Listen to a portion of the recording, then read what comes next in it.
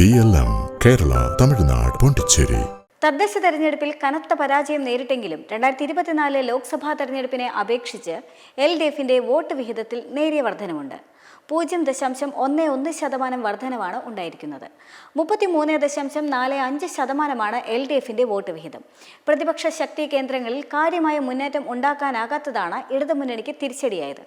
2024 parliament തെരഞ്ഞെടുപ്പിനെ അപേക്ഷിച്ച് നോക്കുമ്പോൾ കോൺഗ്രസ് നയിക്കുന്ന UDFന്റെ വോട്ട് വിഹിതത്തിൽ 6.35% കുറവുണ്ടായിട്ടുണ്ട്. 38.81% UDFന്റെ വോട്ട് വിഹിതം. സംസ്ഥാനത്ത് സ്വാധീനം വർദ്ധിപ്പിക്കാൻ ലക്ഷ്യമിടുന്ന BJPക്ക് എന്നാൽ തദ്ദേശ തെരഞ്ഞെടുപ്പ് ഫലം തിരിച്ചടി തന്നെയാണ്. 14.76% തദ്ദേശ തെരഞ്ഞെടുപ്പിലെ BJP വോട്ട് വിഹിതം. 2024 ലോക്സഭാ തെരഞ്ഞെടുപ്പിൽ NDAക്ക് 19.26% വോട്ടുകളാണ് ലഭിച്ചിരിക്കുന്നത്. അതേസമയം തന്നെ മുന്നണിയുടെ വോട്ട് വിഹിതം ഇത്തവണ 15% കുറഞ്ഞിട്ടുണ്ട്.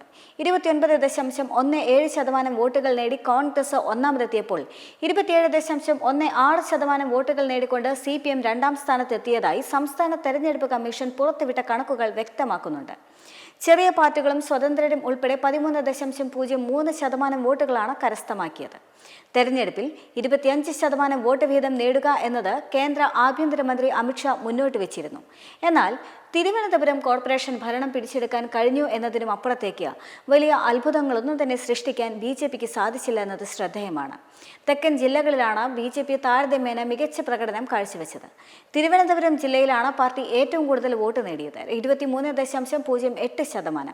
കൊല്ലം, പത്തനംതിട്ട, ആലപ്പുഴ എന്നിവിടങ്ങളിൽ ഏകദേശം 19% വോട്ടുകൾ നേടി.